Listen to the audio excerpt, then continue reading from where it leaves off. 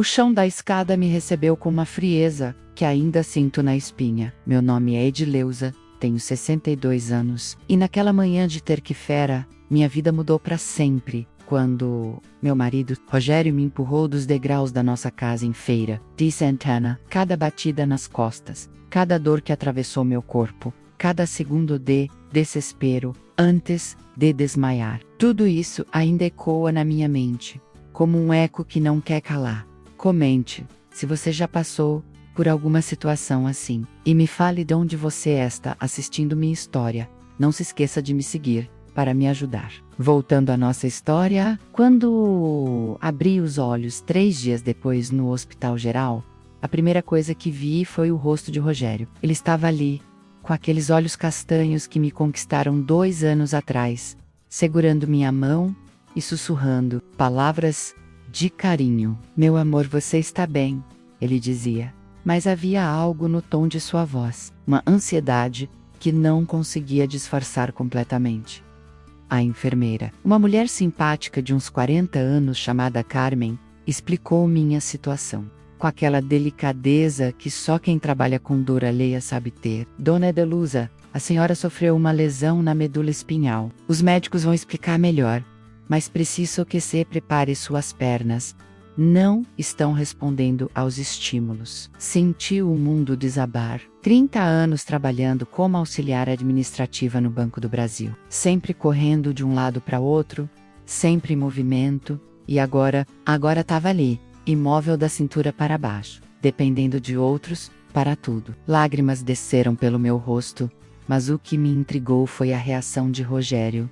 Ele não chorou, apenas segurou minha mão mais forte e fez uma pergunta estranha. E o seguro de vida dela do banco? Como é que funciona em casos assim? Carmen olhou para ele com um franzir de testa quase imperceptível. Isso é assunto para depois, senhor. Agora o importante é a recuperação da sua esposa. Mas Rogério insistiu, dizendo que precisava se organizar financeiramente para cuidar de mim. A enfermeira então explicou que sim, por eu ter trabalhado no banco por décadas, havia um seguro por invalidez que poderia ser acionado durante os 15 dias que passei internada. Rogério se mostrou o marido mais dedicado do mundo. Trécia Flores ficava horas ao meu lado, conversava com médicos e enfermeiras, se informava sobre cadeiras de rodas e adaptações para casa. Todos comentavam como eu era sortuda por ter um homem tão jovem e atencioso ao meu lado. Ele tinha 35 anos, cabelos cacheados, sorriso fácil, e realmente parecia se importar. Mas havia momentos, pequenos detalhes que minha mente registrava mesmo, no meio da dor e da confusão dos remédios. Como ele sempre mudava de assunto quando eu tentava falar sobre o futuro, sobre como íamos nos adaptar à nova realidade. Como seus olhos brilhavam de uma forma diferente, sempre que alguém mencionava o valor do seguro. Como ele fazia perguntas muito específicas aos médicos sobre se minha condição era definitiva ou se havia chances de recuperação. Minha irmã Terezinha, 3 anos mais nova que eu, apareceu no hospital no 2º dia. Ela morava em Salvador, a 2 horas de viagem, mas veio assim que soube do acidente. Terezinha nunca gostou de Rogério, desde o dia em que anunciei meu casamento. Edileuza, ela me disse na época, homem de 33 anos não casa com mulher de 60 por amor verdadeiro. Isso não existe. Eu não quis escutar. Estava apaixonada pela primeira vez em 10 anos, desde que meu primeiro marido morreu de infarto. Roger era carinhoso, atencioso, me fazia sentir jovem de novo. Conheci ele numa festa de São João. Ele trabalhava como eletricista e parecia honesto, trabalhador. Quando pediu minha mão em casamento após 6 meses de namoro, achei que havia encontrado minha segunda chance de ser feliz. No hospital, Terezinha ficou quieta na maior parte do tempo, mas percebi como ela observava Rogério. Seus olhos seguiam cada movimento dele, cada palavra, cada reação. Numa tarde, quando ele saiu para buscar remédios, ela se aproximou da minha cama. Irmã, disse baixinho, como exatamente aconteceu esse acidente? Tentei me lembrar. As imagens vinham em flashes confusos. Eu estava subindo a escada para pegar umas roupas no quarto. Rogério estava logo atrás de mim. Lembro que ele parecia nervoso, mais do que o normal. Havia recebido uma carta do banco sobre o seguro. Naquele dia, eu tinha deixado em cima da mesa da cozinha. Lembro que ele perguntou sobre o valor, sobre as condições, se havia alguma cláusula especial. Eu não lembro direito. Responde. Para Teresa. Estava subindo a escada, senti uma pressão nas costas e depois, nada. Ela ficou em silêncio por um momento, depois segurou minha mão. Irmã, você precisa ficar atenta. Esse homem tem algo nele que não me cheira bem. Quando recebi a alta, Rogério já tinha preparado tudo em casa. Comprou uma cadeira de rodas moderna, instalou uma rampa na entrada, adaptou o banheiro, até comprou uma van especial para me transportar. Parecia o marido perfeito, dedicado, que estava disposto a sacrificar tudo pela esposa inválida. Nos primeiros meses, ele realmente cuidou de mim com carinho. Me ajudava no banho, preparava minhas refeições, me levava às consultas médicas. Os vizinhos sempre comentavam como eu era abençoada por ter um homem assim. Dona Edolusa, que sorte a senhora tem, dizia. Dona Francisca, nossa vizinha da casa ao lado. Homem assim é difícil de encontrar, mas aos poucos, pequenas coisas começaram a me incomodar. Rogério fazia muitas perguntas sobre minha aposentadoria, sobre o dinheiro que eu tinha guardado, sobre o processo do seguro no banco. Disse que queria se informar para nos organizarmos melhor. Chegou até a sugerir que eu fizesse uma procuração, dando poderes para ele movimentar minha conta. É mais prático, amor, dizia. Assim, não precisa se preocupar com essas coisas chatas. O processo do seguro demorou 4 meses para ser aprovado. Foram períodos de avaliações médicas, perícias, documentos, burocracias que pareciam Noturfim. Rogério acompanhava tudo de perto, sempre presente, sempre perguntando sobre prazos e valores. Quando finalmente recebemos a confirmação de que o seguro seria pago, ele ficou mais animado do que eu.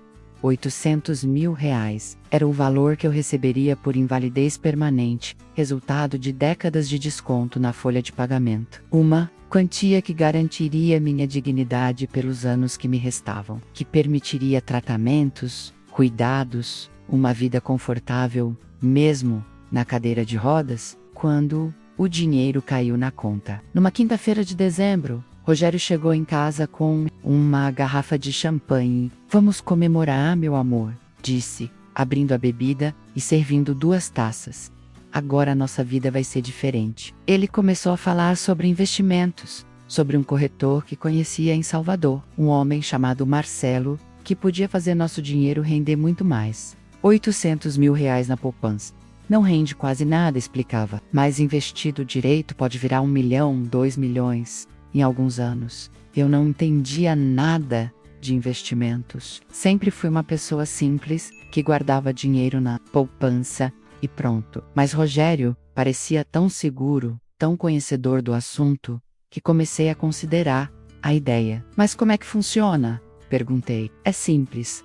Amor, você faz uma procuração me dando poderes para movimentar a conta, eu levo o dinheiro para o Marcelo, em Salvador, ele investe e acompanha o rendimento. MCS meses. Já vamos ver uma diferença grande. Algo dentro de mim hesitou. Era muito dinheiro, minha única segurança. Mas Rogério era meu marido, o homem que cuidava de mim, que havia reorganizado a vida inteira para me ajudar. Como eu podia desconfiar dele? Na semana seguinte, ele trouxe os papéis da procuração. Foram 2 dias de insistência suave, de argumentos que faziam sentido, de carinhos e promessas de um futuro próspero. No final, assinei. A procuração dava poderes amplos para Rogério movimentar minha conta, fazer transferências, investimentos, praticamente tudo. Foi aí que minha vida começou a desmoronar de uma forma que nem minha. Queda da escada conseguiu prever, 3 semanas depois de assinar aquela procuração. Acordei numa manhã de janeiro e Rogério não estava em casa. Isso havia se tornado comum nos últimos dias. Ele saía cedo, voltava tarde, sempre com desculpas, sobre reuniões com o tal corretor, Marcelo, em Salvador. É complicado, amor, dizia. Essas coisas de investimento exigem tempo, paciência. Naquela manhã específica, tentei ligar para ele várias vezes. O telefone chamava, mas ele não atendia. Uma angústia estranha crescia no meu peito. Aquela sensação que a gente tem quando pressente que algo tá muito errado. Peguei minha cadeira de rodas e fui até a garagem. A van adaptada que ele havia comprado para me transportar não estava lá. Estranhei porque Rogério sempre me avisava quando ia sair com o carro. Voltei para casa e tentei me distrair assistindo televisão, mas não conseguia parar de pensar. Por volta das 3 da tarde, o telefone tocou. Era ele, falando rápido, nervoso. Edileuza, preciso te contar uma novidade. Vendi a van. Como assim vendeu a van? Perguntei, sentindo o coração acelerar. O Marcelo me disse que é melhor investir todo o dinheiro possível agora. A van estava parada, não usávamos tanto assim, e consegui um bom preço por ela. Com esse dinheiro a mais no investimento, nosso lucro vai ser maior. Fiquei sem palavras. Aquela van era minha liberdade, minha independência. Como ele podia vender sem me consultar? Mas Rogério, como é que eu vou sair de casa? Ir ao médico, fazer fisioterapia? Calma, amor. É temporário. Quando o investimento render, vamos comprar uma van melhor, mais moderna. Por enquanto, gente, dá um jeito. Posso alugar carro quando precisar? Ou chamar táxi? Aquela conversa me deixou inquieta o resto do dia. À noite, quando ele chegou, tentei abordar o assunto novamente, mas Rogério estava diferente. Menos carinhoso, mais distante. Quando questionei sobre os detalhes do investimento, ele disse que eu não entenderia, que eram coisas complexas, e que era melhor eu confiar nele. Na semana seguinte, ele cancelou minha fisioterapia. É gasto desnecessário, Edileuza. Você já faz fisioterapia há meses e não melhorou nada. Esse dinheiro pode ser investido também. Tentei argumentar que o médico havia dito que a fisioterapia era fundamental para manter minha mobilidade, para evitar complicações, mas ele estava irredutível. Foi então que comecei a perceber outros sinais estranhos. Rogério passava horas no telefone sussurrando, sempre se afastando quando eu me aproximava. Recebia mensagens o tempo todo e sorria de uma forma que não via há meses quando estava comigo. Uma tarde, quando ele estava no banheiro, o celular dele que estava na mesa da sala começou a tocar. O nome na tela era Marcelo Corretor. Atendi sem pensar. Do outro lado da linha, uma voz feminina disse: "Oi, amor, saudades suas. Quando você vem me ver?" Desliguei rapidamente, o coração batendo. Quando Rogério saiu do banheiro, tentei disfarçar, mas ele percebeu que algo estava errado. "Quem ligou?" perguntou. "Ninguém." Menti. Era engano. Mas naquela noite, não consegui dormir. As peças começavam a se encaixar de uma forma terrível. O corretor Marcelo era na verdade uma mulher que o chamava de amor. Meu marido estava me traindo. E pior, estava usando meu dinheiro, meu seguro, para bancar essa traição. Durante os dias seguintes, comecei a observar Rogério com outros olhos. Notei como ele se arrumava melhor quando ia trabalhar, como chegava em casa com cheiro de perfume diferente. Como estava cada vez mais impaciente comigo. Quando eu pedia para verificar como estava o investimento, ele mudava de assunto ou dizia que ainda era muito cedo para ver resultados. Numa quinta-feira, Terezinha, Leito, como você está? Irmã, precisava falar com alguém, precisava dividir minhas suspeitas. Terezinha, acho que tem algo errado. Rogério está estranho. Vendeu minha van, cancelou minha fisioterapia. Houve silêncio do outro lado da linha. Depois ela disse: "Edileuza, preciso te contar uma coisa. Ando fazendo umas pesquisas sobre seu marido." "Que tipo de pesquisas?" "Conversei com umas pessoas aqui em Salvador. Rogério não é só eletricista, como diz, tem histórico de relacionamentos com mulheres mais velhas.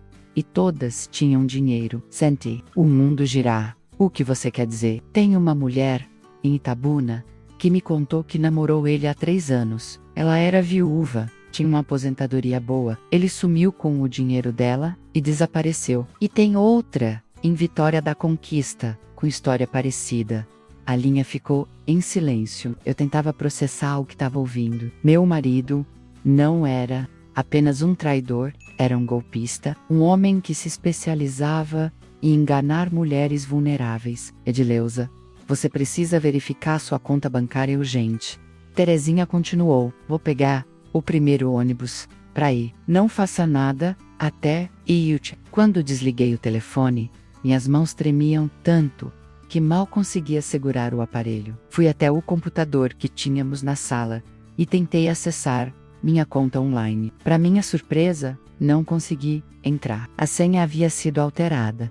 Peguei o telefone e liguei para o banco. Após me identificar e passar por várias verificações de segurança, a atendente me deu uma informação que me gelou o sangue. Dona Edoluza, sua conta foi esvaziada ontem. Foi feita uma transferência de R$ 800 mil para uma conta em Salvador.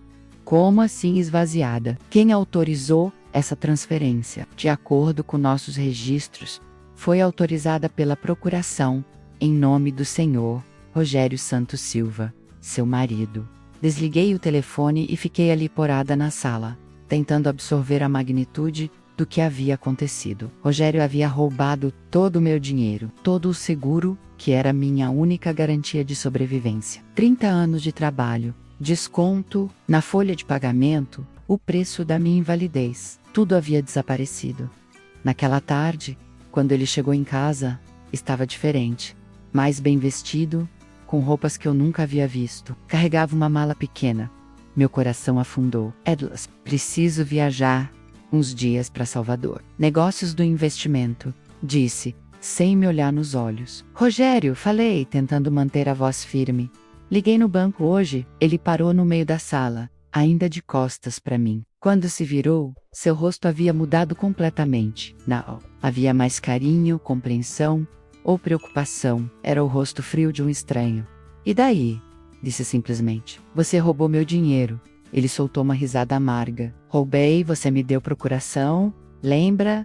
Assina o livro EU apenas. Investi nosso dinheiro da melhor forma possível. Nosso dinheiro. Esse dinheiro era meu. Era minha única segurança. Rogério se aproximou de mim. E pela primeira vez, senti medo. Real, físico? Escuta bem, Edileuza. Você é uma velha aleijada que não serve para mais nada. Fiquei 2 anos cuidando de você, aguentando suas lamúrias, sua dependência. Agora, chegou a hora de eu receber o que mereço. As palavras caíram sobre mim como pedradas. Como você pode falar assim? Eu te amava, confiava em você. Amor, ele riu. Você realmente achou que um homem de 35 anos ia se apaixonar por uma mulher de 60? Pelo amor de Deus, Edileuza. Isso tudo foi planejado desde o começo. Naquele momento, senti algo morrer dentro de mim. Não era apenas a descoberta da traição ou do roubo, era a percepção devastadora de que os últimos 2 anos da minha vida haviam sido uma mentira completa. Cada carinho, cada palavra doce, cada demonstração de cuidado, tudo havia sido calculado e encenado. A queda da escada, as peças finalmente se encaixando. Rogério sorriu. Um sorriso cruel, que nunca havia visto antes. Você sempre foi meio distraída mesmo, não foi? Acidentes acontecem. E naquele momento, compreendi a terrível verdade. Meu marido não apenas havia roubado meu dinheiro. Ele havia planejado minha invalidez desde o começo, depois que Rogério saiu com a mala naquela tarde. Fiquei sozinha na casa que de repente parecia um túmulo. O silêncio era ensurdecedor, quebrado apenas pelo tic-tac do relógio da cozinha, que meu primeiro marido havia comprado. Cada segundo que passava era uma tortura, uma confirmação de que eu estava completamente perdida, sem dinheiro, sem mobilidade, sem ninguém. Tentei chorar, mas as lágrimas não vinham. Era como se meu corpo estivesse em estado de choque, incapaz de processar a magnitude da traição. Fiquei ali na sala, na minha cadeira de rodas, olhando para a porta por onde ele havia saído, ainda esperando que fosse apenas um pesadelo. Por volta das 9 da noite, Terezinha chegou. Ela havia dirigido 3 horas no escuro, de Salvador até Feira de Santana, e quando entrou em casa e viu meu rosto, entendeu imediatamente que suas suspeitas haviam se confirmado. Sem dizer uma palavra, me abraçou, e foi só então que consegui chorar. Chorei como não chorava desde a morte do meu primeiro marido. Soluços que vinham do fundo da alma. Conta tudo pra mim, ela disse, sentando na poltrona ao meu lado, entre lágrimas e pausas, para respirar. Contei sobre a conversa com um banco, sobre a conta esvaziada, sobre a confissão cruel de Rogério. Terezinha ouvia em silêncio, seu rosto ficando cada vez mais sério. Quando terminei, ela segurou minhas mãos. Irmã, trouxe meu filho Júnior comigo. Ele está estacionando o carro, mas preciso te falar sobre ele. Depois que conversamos por telefone, pedi para ele investigar Rogério mais profundamente. Júnior era sobrinho que eu via poucas vezes, filho mais novo de Terezinha, um rapaz de 28 anos, que trabalhava como investigador particular em Salvador. Sempre foi discreto observador. Diferente dos outros sobrinhos mais extrovertidos, quando Júnior entrou, carregando uma pasta cheia de papéis, seu rosto estava sério. Tia Edileuza disse, me cumprimentando com carinho. Sinto muito pelo que está passando, mas trouxe informações que vão te ajudar. Ele abriu a pasta sobre a mesa da sala e começou a espalhar documentos, fotos, impressões de conversas. Rogério Santos Silva não é apenas um golpista comum. Ele faz parte de um esquema organizado que visa especificamente mulheres viúvas ou sozinhas com dinheiro. Meu coração disparou. Como assim esquema organizado? Eles fazem um levantamento detalhado das vítimas. Sabem onde trabalham, quanto ganham, se têm seguros, se têm família. No seu caso, sabiam sobre o seguro do banco, sobre sua solidão depois da morte do primeiro marido, sobre sua personalidade confiante. Júnior mostrou uma foto de Rogério com uma mulher loira, de uns 45 anos. Esta é Luciana, a tal Marcelo, corretor. Ela é cúmplice dele há 3 anos. Eles se especializaram em mulheres da Bahia e Sergipe. Terezinha se levantou, nervosa. Quantas mulheres eles já fizeram isso? Pelo que consegui apurar, pelo menos 6 nos últimos 5 anos. Todas perderam suas economias. 2 ficaram em situação de miséria absoluta. Júnior pegou outro documento. Mas tem uma coisa mais grave. Uma das vítimas, em Vitória da Conquista, morreu. Senti um frio na espinha. Morreu como? Aparentemente foi suicídio. Ela perdeu todo o dinheiro da pensão do marido que havia falecido. Deixou um bilhete dizendo que não aguentava viver na pobreza, mas a família suspeita que houve coação. As informações eram demais para processar. Não era apenas um homem que havia me enganado por dinheiro. Era uma operação criminosa, calculada, que destruía vidas sistematicamente. E eu havia sido apenas mais uma vítima numa lista. Tem mais, Júnior continuou. Consegui rastrear para onde foi transferido seu dinheiro. Não está mais no Brasil. Eles movimentaram tudo para uma conta nas Ilhas Caimã, um paraíso fiscal. Isso significa que o dinheiro está perdido? Perguntei, sentindo minha última esperança se esvaindo. Não necessariamente, mas vai ser muito difícil recuperar. Precisaríamos de advogados internacionais, processos complexos que podem durar anos. Terezinha se sentou pesadamente. E a polícia? Não pode fazer nada. Podem abrir inquérito por estelionato. Sim, mas o problema é que Edileuza assinou a procuração livremente. Juridicamente, ele tinha autorização para movimentar a conta. Fiquei em silêncio, absorvendo a terrível realidade. Não apenas havia perdido meu dinheiro, como legalmente o próprio sistema parecia proteger quem me roubou. Era uma sensação de impotência absoluta.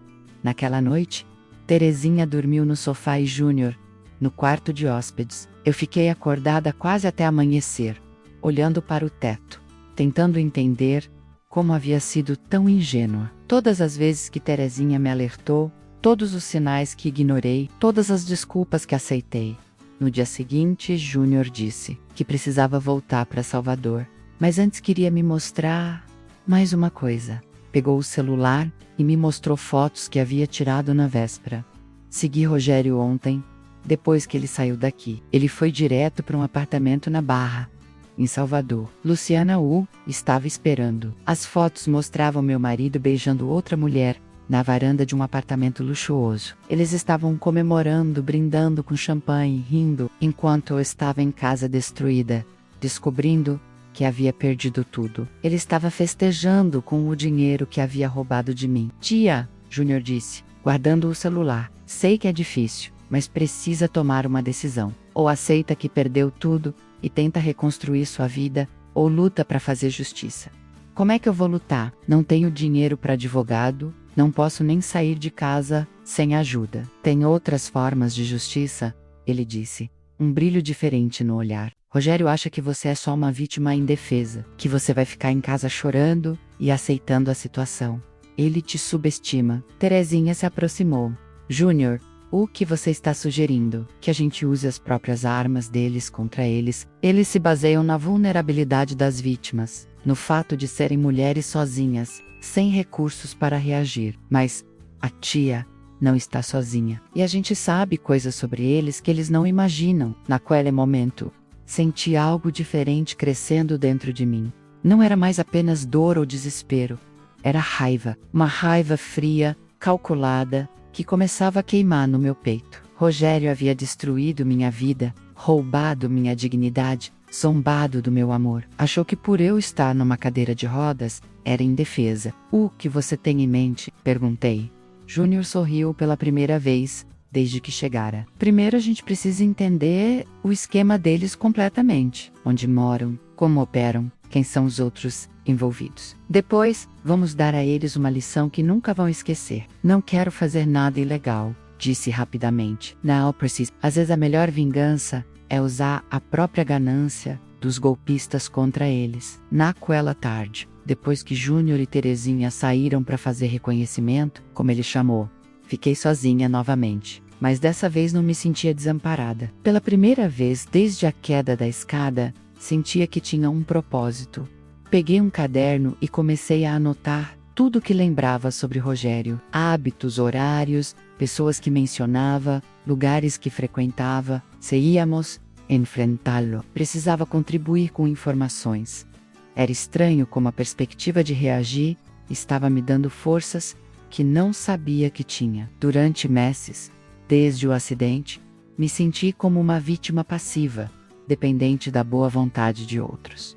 Agora, mesmo na cadeira de rodas, mesmo sem dinheiro, estava descobrindo que ainda tinha poder de escolher não aceitar a injustiça, poder de lutar de volta. Quando Terezinha e Júnior voltaram no final da tarde, carregavam mais informações e um plano que parecia impossível, mas que poderia funcionar. O problema era que exigia que eu fizesse algo que jamais imaginei ser capaz de fazer. Fingir que ainda era a mesma mulher ingênua que Rogério conhecia, para poder me aproximar dele uma última vez. O plano de Júnior era arriscado e exigia que eu fizesse algo que ia contra todos os meus instintos. Ligar para Rogério e fingir que não sabia de nada. A ideia era faz-clou, acreditar que eu ainda era a mesma mulher ingênua e confiante, desesperada por seu retorno. Tia, você precisa ser convincente, Júnior explicou na manhã seguinte, enquanto ajustava um pequeno gravador no meu celular. Ele tem que acreditar que você está quebrada emocionalmente, que precisa dele de volta. Meu estômago se revirava só de pensar em ouvir a voz dele novamente, mas sabia que era nossa única chance. E se ele perceber que é armação, não vai perceber. Homens como ele são arrogantes demais. Acham que as vítimas são incapazes de reagir.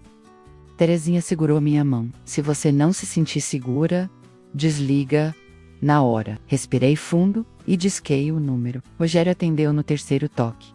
Sua voz soando relaxada, feliz. Edileuza, que surpresa. Rogério, comecei, forçando minha voz a tremer. Por favor, preciso falar com você. Estou desesperada.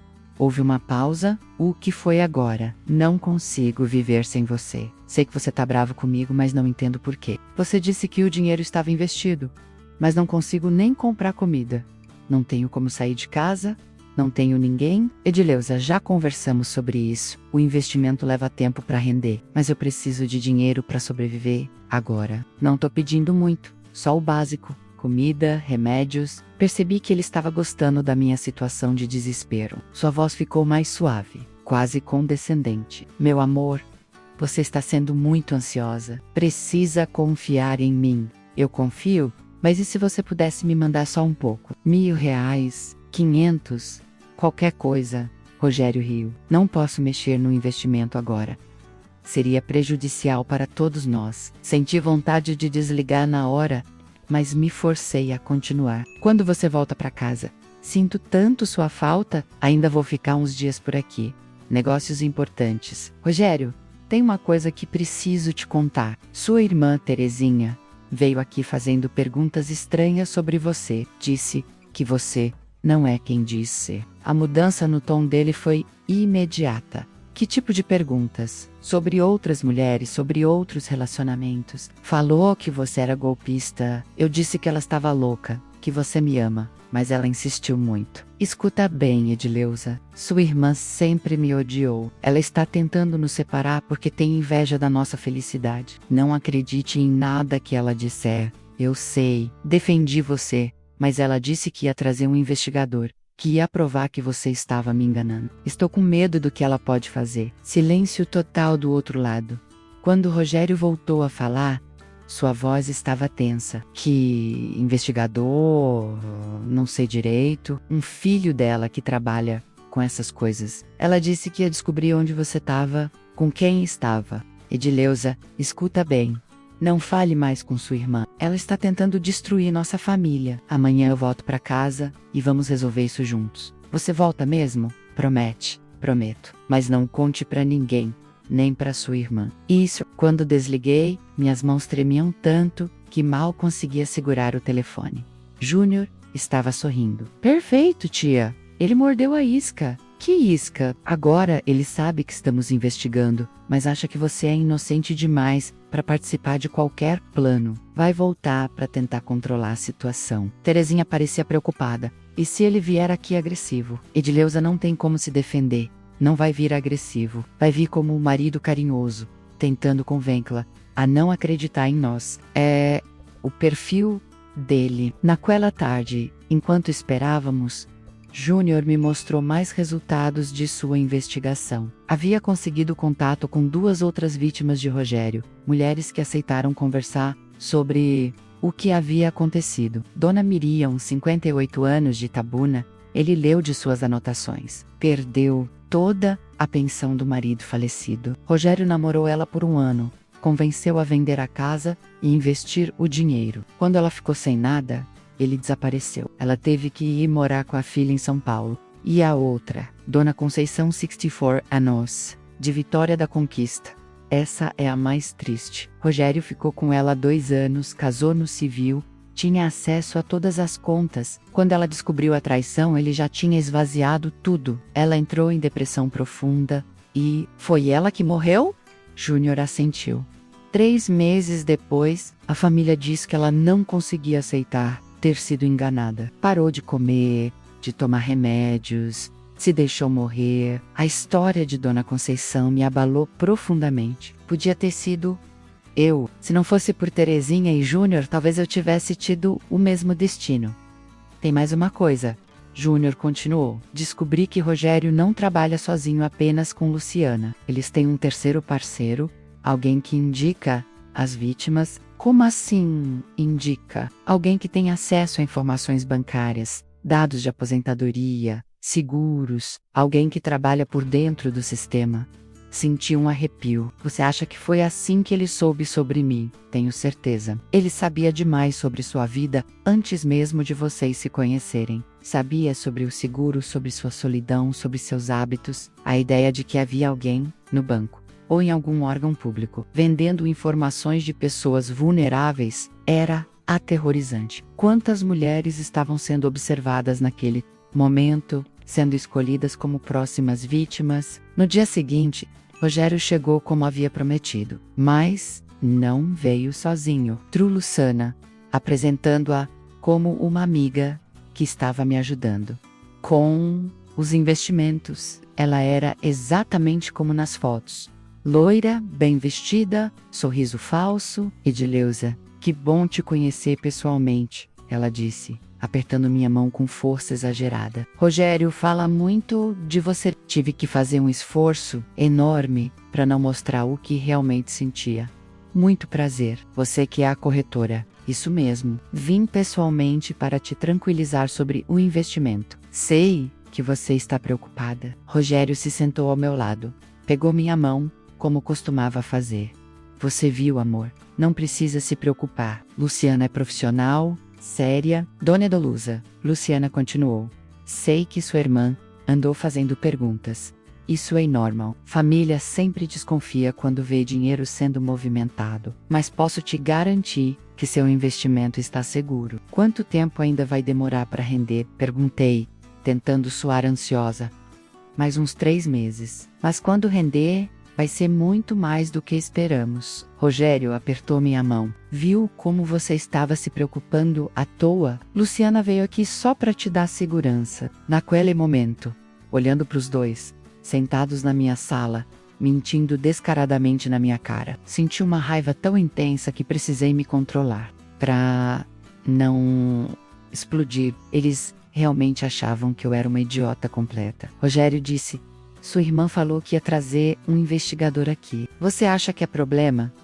Ele trocou um olhar rápido com Luciana. Não é problema. Investigador particular?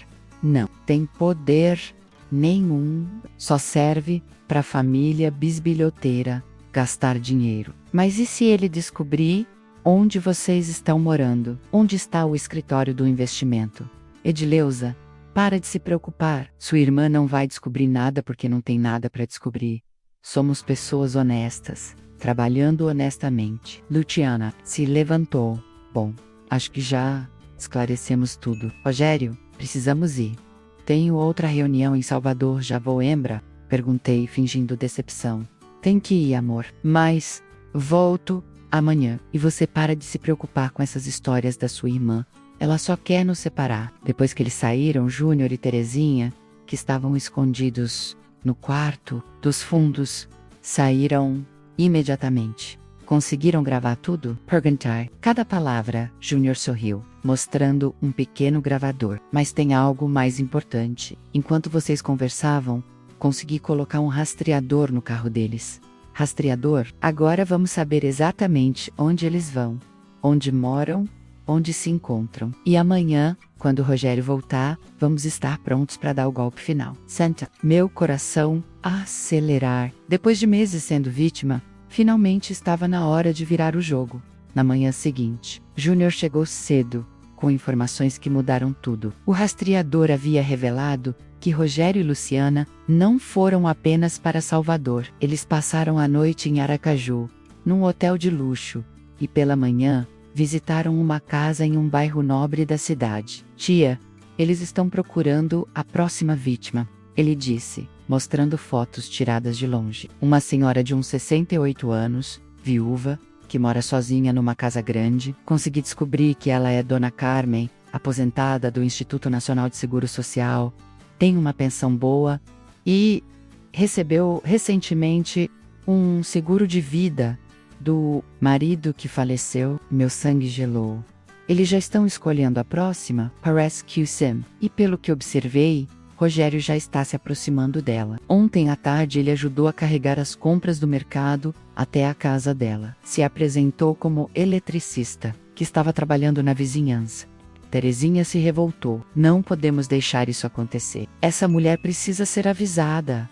Calma, Júnior disse. Primeiro precisamos resolver a situação da tia Edileuza. Depois vamos pensar em como proteger as outras vítimas potenciais. Durante a manhã, montamos o plano final. Quando chegasse, como havia prometido, eu fingiria estar muito doente, em pânico, desesperada. Diria que estava com dores no peito, que precisava ir ao hospital urgentemente. Isso obrigaria ele a me levar, pois seria suspeito demais se recusasse.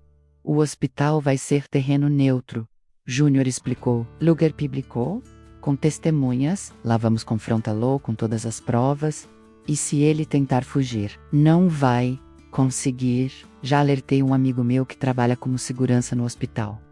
Além disso, Rogério é arrogante demais. Vai querer tentar se explicar, convencer todo mundo de que é inocente. Por volta das 14h, Rogério chegou. Estava sozinho, sem Luciana, e parecia mais relaxado que no dia anterior. Como você está, amor? Perguntou, me beijando na testa. Rogério, graças a Deus você veio. Tô passando muito mal desde ontem à noite. Dores no peito, falta de ar. Acho que pode ser problema no coração. Ele franziu a testa, mas não parecia muito preocupado. Deve ser ansiedade. Você anda muito nervosa por causa da sua irmã. Não é diferente. Por favor, me leva ao hospital. Tenho medo de ser infarto. Rogério hesitou por um momento, mas acabou concordando.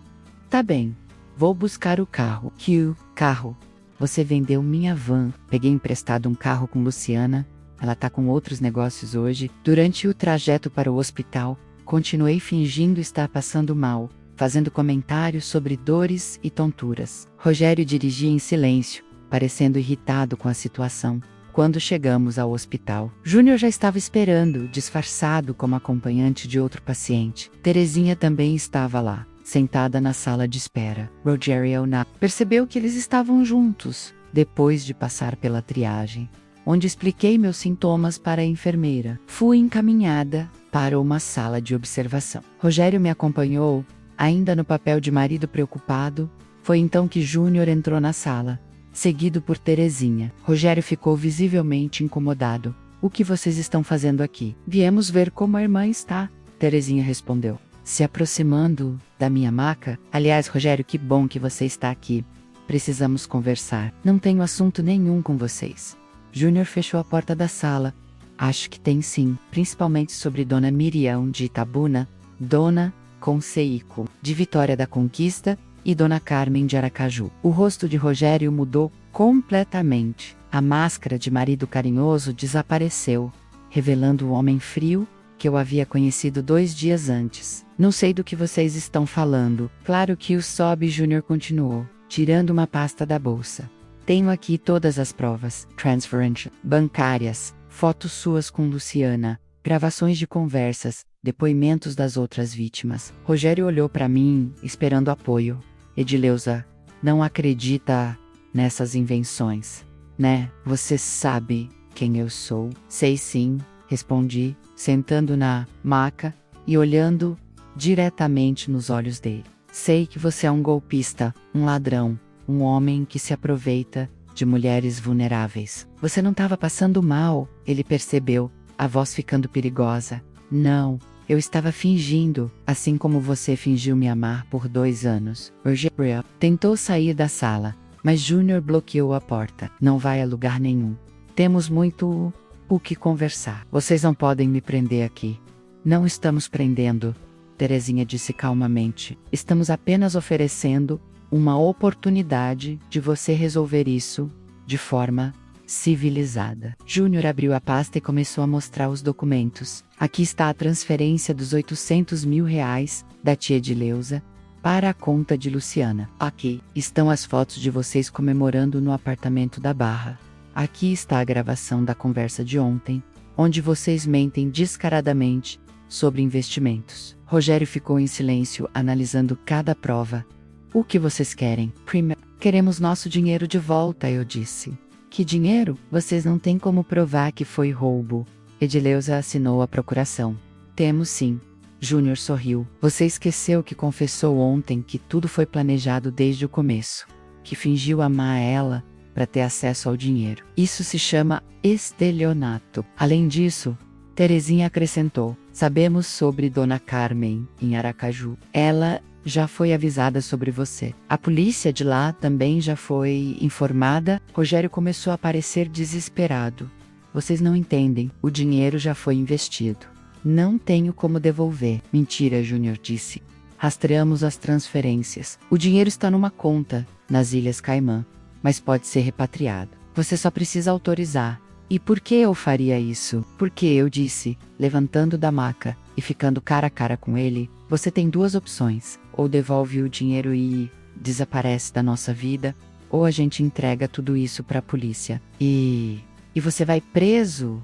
Vocês estão me chantageando? Estamos oferecendo uma chance de você resolver isso sem ir para a cadeia, Terezinha corrigiu. Considerando que você causou a morte de uma mulher inocente, acho que é mais generosidade do que você merece. Roger ficou em silêncio por vários minutos, analisando as opções. Finalmente perguntou, como eu sei que vocês não vão me denunciar, mesmo assim? Por quê? Eu respondi, diferente de você, nós somos pessoas de palavra. Devolva o dinheiro, suma da nossa vida, e não vamos mais atrás de você. Mas, Júnior acrescentou, se você tentar aplicar golpe em mais alguém, se aproximar de mais alguma mulher, com intenções criminosas, vamos saber. E aí sim, Vamos direto para a polícia. Rogério pediu um tempo para pensar. Saiu da sala e ficou 1 hora andando pelos corredores do hospital, falando ao telefone, provavelmente com Luciana. Quando voltou, parecia derrotado. Está bem, disse. Vou fazer as transferências, mas vai demorar alguns dias para o dinheiro voltar para a conta da Edileuza. Não tem problema, Júnior respondeu. Vamos aguardar na casa dela, e você vai ficar por perto até o dinheiro chegar. Nos 3 dias seguintes, Rogério ficou hospedado num hotel barato em Feira de Santana, visitando nossa casa diariamente para reportar o progresso das transferências. Havia perdido completamente a arrogância, se comportando como um homem derrotado. No 3º dia, o dinheiro apareceu na minha conta. Todos os 800 mil reais. Mais juros. Quando mostrei o extrato para Rogério, ele apenas assentiu e se dirigiu para a porta. Rogério, eu o chamei antes que saísse. Ele se virou, esperando. Nunca mais quero ver você.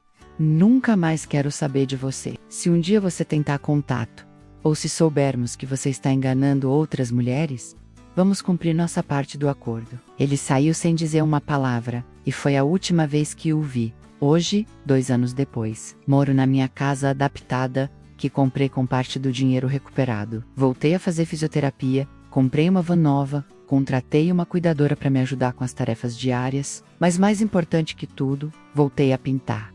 Descobri que tinha um talento que não conhecia, e minhas pinturas agora são vendidas numa galeria de Salvador. Terezinha me visita todo fim de semana, e Júnior se tornou como um filho para mim. Soube por ele que Rogério e Luciana se separaram logo depois do nosso confronto. Ela sumiu com o dinheiro que ainda tinham, e ele voltou para Sergipe, onde tentou recomeçar a vida. Mas a história se espalhou entre as comunidades de pessoas mais velhas da região, e ele não conseguiu mais aplicar seus golpes. Às vezes me pergunto se fiz a coisa certa ao não denunciar Lou para a polícia, mas sei que nossa justiça foi mais eficaz que qualquer processo legal. E principalmente, sei que outras mulheres estão protegidas. Eles me subestimaram. Acharam que por estar numa cadeira de rodas, eu tinha perdido minha força, mas esqueceram que minha mente continuava funcionando perfeitamente. E foi ela que me salvou quando meu corpo não pôde